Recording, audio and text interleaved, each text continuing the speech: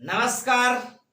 स्वागत है आप सभी का अपने YouTube channel Shankar math classes Ayodhya में। तो हम लोग पिछली क्लासों में लाभ और हानि पढ़ रहे थे, या आप जान रहे हैं अच्छी तरह से। एक के बाद एक क्लासें आपको प्रॉपर रूप से मिल रही हैं। आपसे मैं उम्मीद करूं कि क्लासें आपको बेहतर लग रही होंगी। मैं आप तक अपनी बात स्पष्ट रूप से पहुंचा पा रहा हूं। तो मैं आज एक नए चैप्टर की शुरुआत करने वाला हूं, जिसका नाम है डिस्काउंट। डिस्काउंट मीन्स होता बट्टा।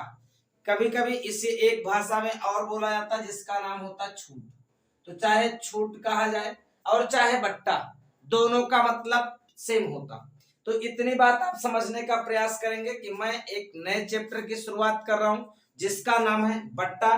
तो आप जल्दी जल्दी सुंदर सी हेडिंग लगा लें कि समतुल्य बट्टा। हेडिंग लगा ले समतुल्य बट्टा, और इसके बारे में हम लोग पढ़ें। समतुल्य बट्टा के बारे में पढ़ेंगे, तो इसके बारे में पढ़ेंगे। आप सुंदर सी हेडिंग लगा ले और मैं बता दूं कि समतुल्य बट्टा क्या होता है। समतुल्य बट्टा का मतलब ये होता है, मैं आपको समझाने का पहले आप डिस्काउंट का मतलब समझ लें। डिस्काउंट मतलब ये होता है छूट।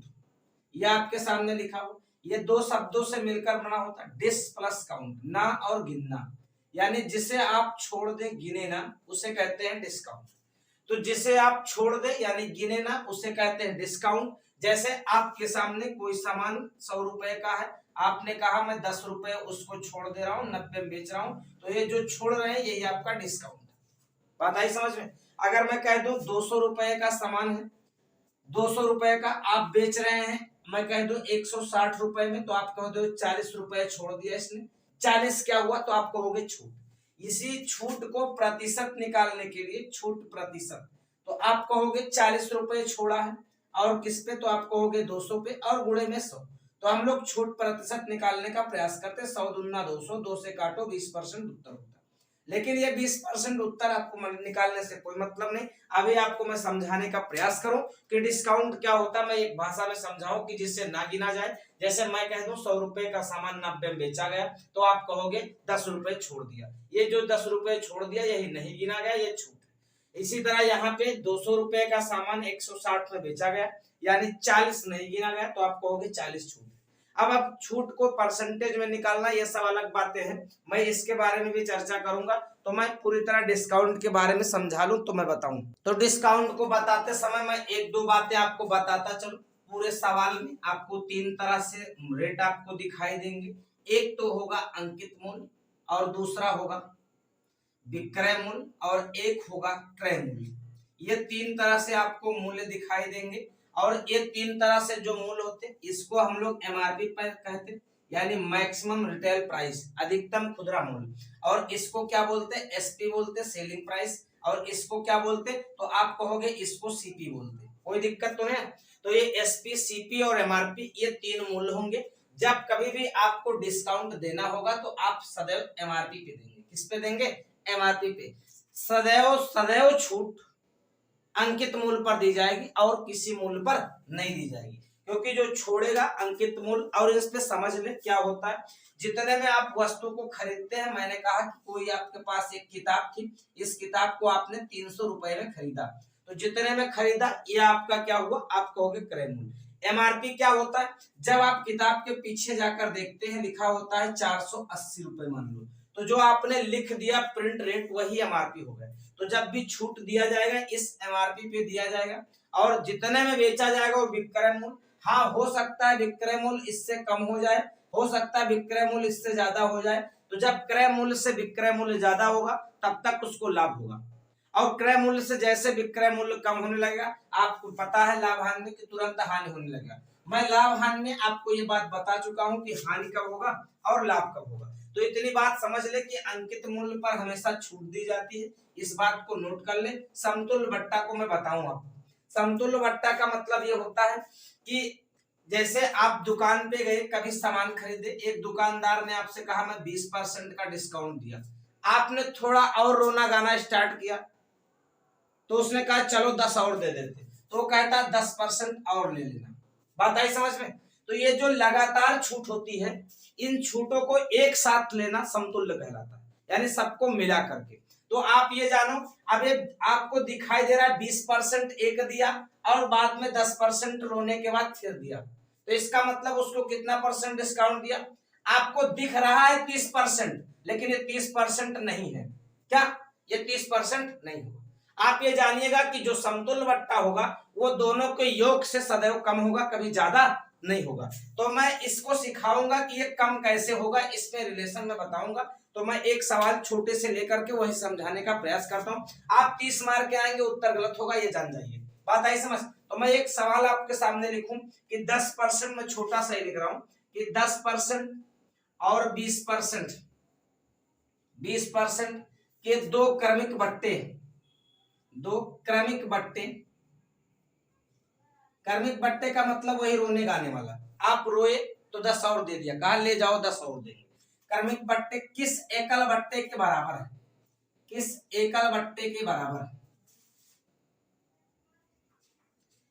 तो इस सवाल के आप इस तरह के सवाल आपको मिलेंगे। तो जो एकल बट्टा होता है वही समतुल्य बट्टा होता है, यानी दोनों के बट्टों का एक साथ मिला दिया जाए तो कितना परसेंट होगा, उसके किसके समतुल्य होगा, इसकी बात की जाए। तो देखो 10% और 20% के दो क्रमिक बट्टे किस एकल बट्टे के बराबर है? तो इसके लिए आप दो तरीके लगा सकते, मैं दोनों आपको बता दे रहा हूं, आप समझने का प्रयास करें। तो आप कहोगे पहला तरीका, तो आपको मैंने परसेंटेज में ये बताया कि एक फार्मूला होता plus minus M plus minus N plus minus M N upon 100, इससे आप बट्टा इकट्ठा कर सकते। जब हम परसेंटेज पढ़ा रहे थे तो आपको बता रहे थे कि इस फार्मूले का प्रयोग बट्टे को इकट्ठा करने में किया जाएगा। और दूसरा तरीका आप 100 मान के कर सकते कि 100 रुपए रहा होगा, पहले बंदे ने 10 छोड़ा तो 90 बचा, 90/100। दोबारा उसने कितना छोड़ा तो आप कहोगे 20 छोड़ा तो 80/100।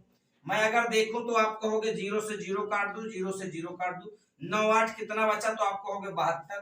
100 से कितना घटा तो आप कहोगे 100 से घटा है वो कितना, तो आप कहोगे 28। यानी जो समतुल्य बट्टा है वो 28%। मैंने अभी बताया कि जो समतुल्य बट्टा होता वो दोनों के योग से सदैव कम होता, कभी ज्यादा नहीं होगा, ना तो बराबर होगा। तो आप उत्तर क्या मिला? 28%। आप यहां से भी कर सकते कि m की वैल्यू छूट दे रहा है -10 और n की वैल्यू आप कहोगे -20 का छूट दे रहा है। मैं यहां रखूं तो आप कहोगे -10 -20 माइनस माइनस क्या हो जाएगा, तो आप कहोगे प्लस हो जाएगा। 20 गुणे 10/100। अगर मैं इसको हल करूं तो आप कहोगे ये देखो 20 और 10 -30 और +2, ये आ जाएगा -28 और माइनस इंडिकेट करता है कि ये छूट है। बात आई समझ में? तो ये समतुल्य बट्टा को इकट्ठा करने के लिए बहुत सारे तरीके होते, ये दोनों तरीका सबसे बेहतर है। आप इन दोनों में से कोई भी लगाएंगे सफल रहेंगे, जल्दी उत्तर आएगा। बात आई समझ में? तो इतना आप समझ गए हो कि समतुल्य बट्टा को मैं कैसे इकट्ठा करूंगा। तो इतनी बात मैं समझा पाया आपको, तो आप इसे लिखे, मैं 2-3 सवाल इसी पे करवा दूं ताकि आपको समझ आ जाए। तो मैं आपके सामने लिख दूं कि जैसे 30%, ऐसा कह दिया जाए 30% और 20% के क्रमिक बट्टे किस एकल बट्टे के बराबर है? किस एकल बट्टे?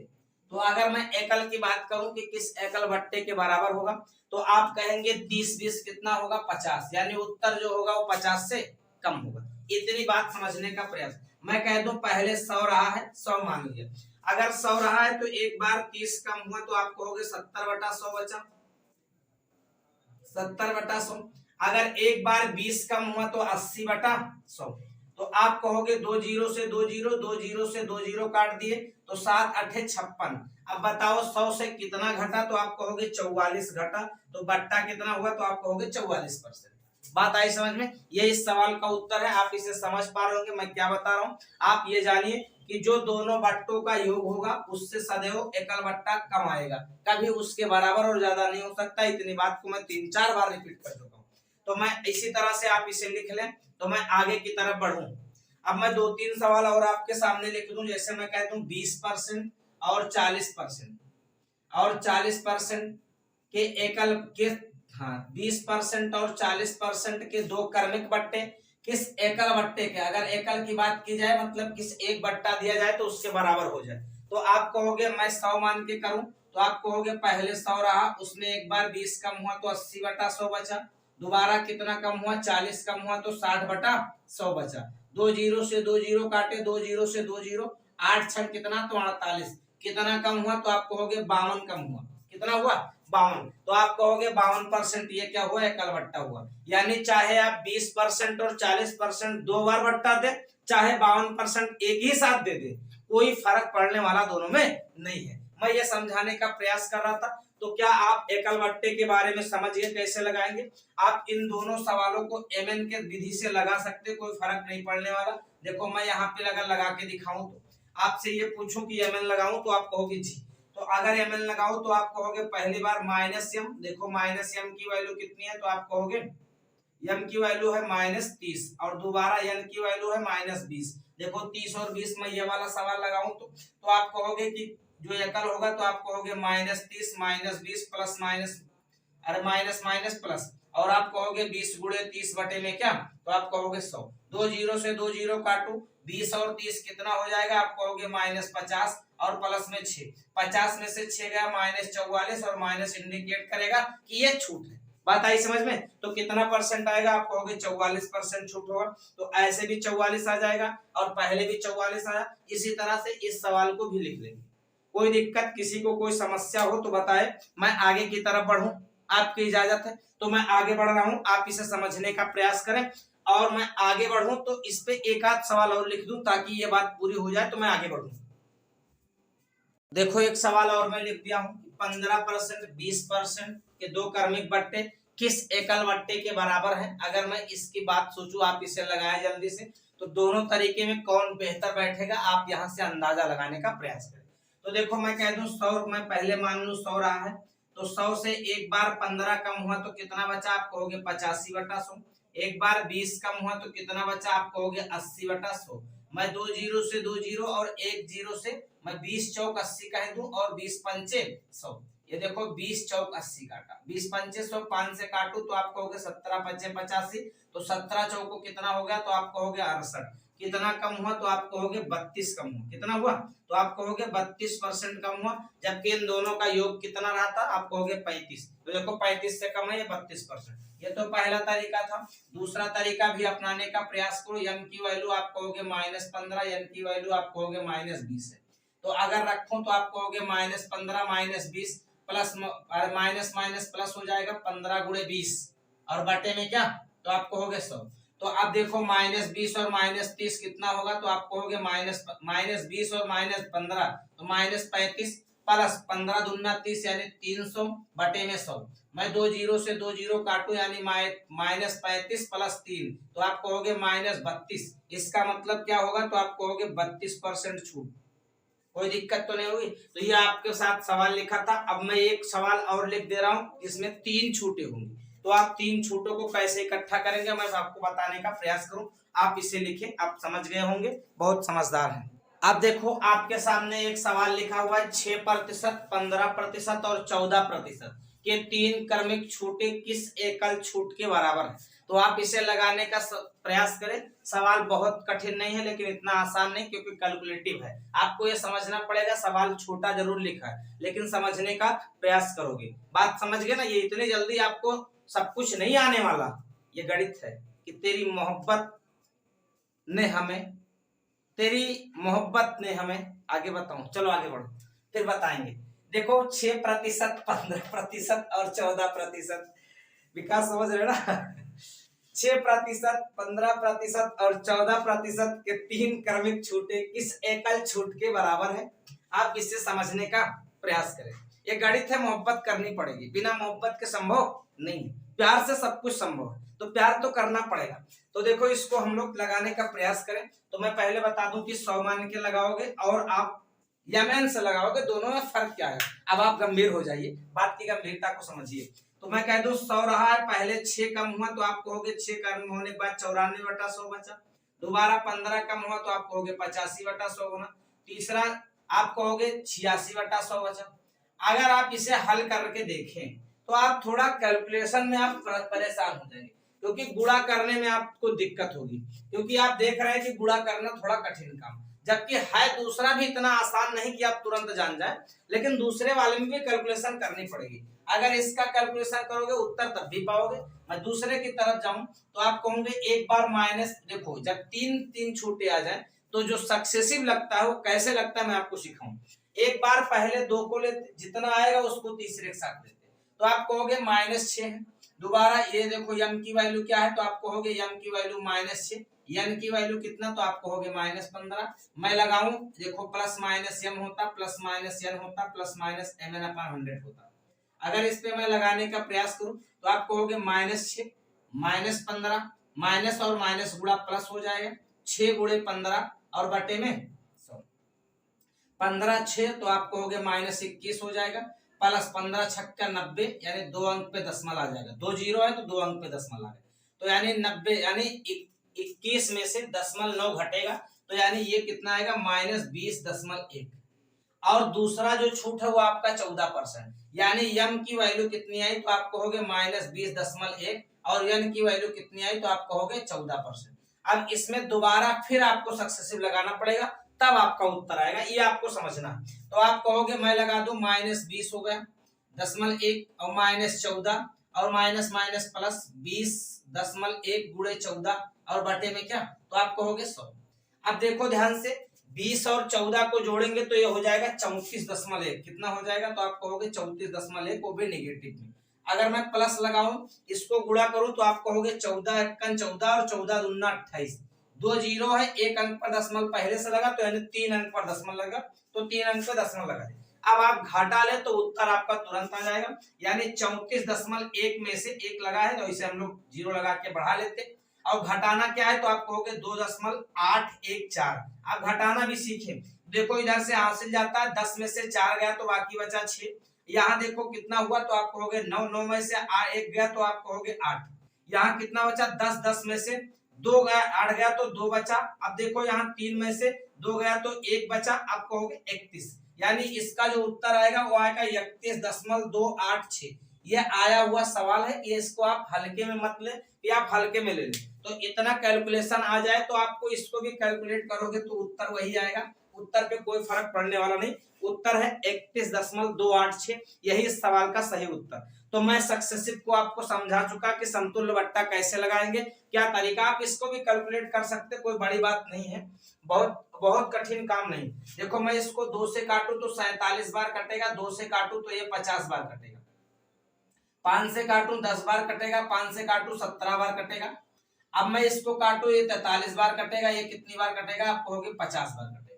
यानी ऊपर आया 47 गुणे 17 गुणे 43 और बटे में देखो 50 दाम में 500। अब आपको इसको हल करना पड़ेगा, बिना हल किए कोई काम आप नहीं कर सकते, बिना इसको गुणा किए, और जितना आएगा उसको 100 में से घटा लेंगे तब उत्तर आप पाएंगे। तो आप ये समझिए कि दोनों में से कौन का बेहतर है, इसको आप समझने का प्रयास कीजिए। बाकी आपको उत्तर दिख रहा है, आप लगा सकते, थोड़ा कैलकुलेशन था। अब मैं आगे बढ़ूं, अब मैं 2 सवाल आपके लिए लिख दे रहा हूं, आप इसे समझने का प्रयास करें। देखो 15% और 20% और एक 25%, ये 3 क्रमिक बट्टे हैं। आपसे पूछा है एकल बट्टा क्या होगा, तो आप इसका एकल बट्टा निकालेंगे। और दूसरा सवाल एक और मैं देखकर लिख दे रहा हूं, आप थोड़ा धैर्य बनाएंगे। तो दूसरा सवाल है 22% और 17% और 11%। ये दो सवाल हैं आपके सामने, और आपसे पूछा है इसका एकल बट्टा क्या होगा। और ये मत सोचो कि मैं अपने मन से लिख रहा हूं, मैं आपको प्रूफ भी दिखा दूंगा कि कौन से एग्जाम में आया है। तो आप ये समझिए, ये 3 था, ये भी एसएससी का एग्जाम में आप पूछा गया सवाल है। और ये कब पूछा गया मैं आपको बता दूं, ये 2020 का लेटेस्ट सवाल है। और ये ऊपर वाला जो सवाल है मैं उसको भी बता दूं, वो कब पूछा गया। तो वो वाला जो सवाल है, वो सवाल आपका 2016 में पूछा गया, एसएससी का ही सवाल है। आप कहोगे 2016 एसएससी का सवाल। तो दोनों सवाल आए हुए सवाल है, ऐसा नहीं है कि मैं अपने मन से लिख रहा हूं। तो आप इन दोनों सवालों को लगाने का प्रयास कीजिएगा, आप घर पे लगाइएगा कि इन दोनों सवालों में क्या क्या उत्तर आपको मिल रहा है। और इसी के साथ आज की क्लास खत्म होगी। आज के लिए इतना ही, बाकी क्लासें अगले दिन फिर आपको मिलेंगी, एक के बाद एक क्लास जैसे मिल रही वैसे आपको मिलेगी। और बीच बीच में कुछ ना कुछ मनोरंजन भी होता रहेगा, आप घबराए नहीं, क्योंकि धीरे धीरे हर चीजें शुरू होती है, अचानक कुछ नहीं होता। ठीक है, आज के लिए इतना ही। गुड नाइट, शुभ संध्या, धन्यवाद, मस्त रहें।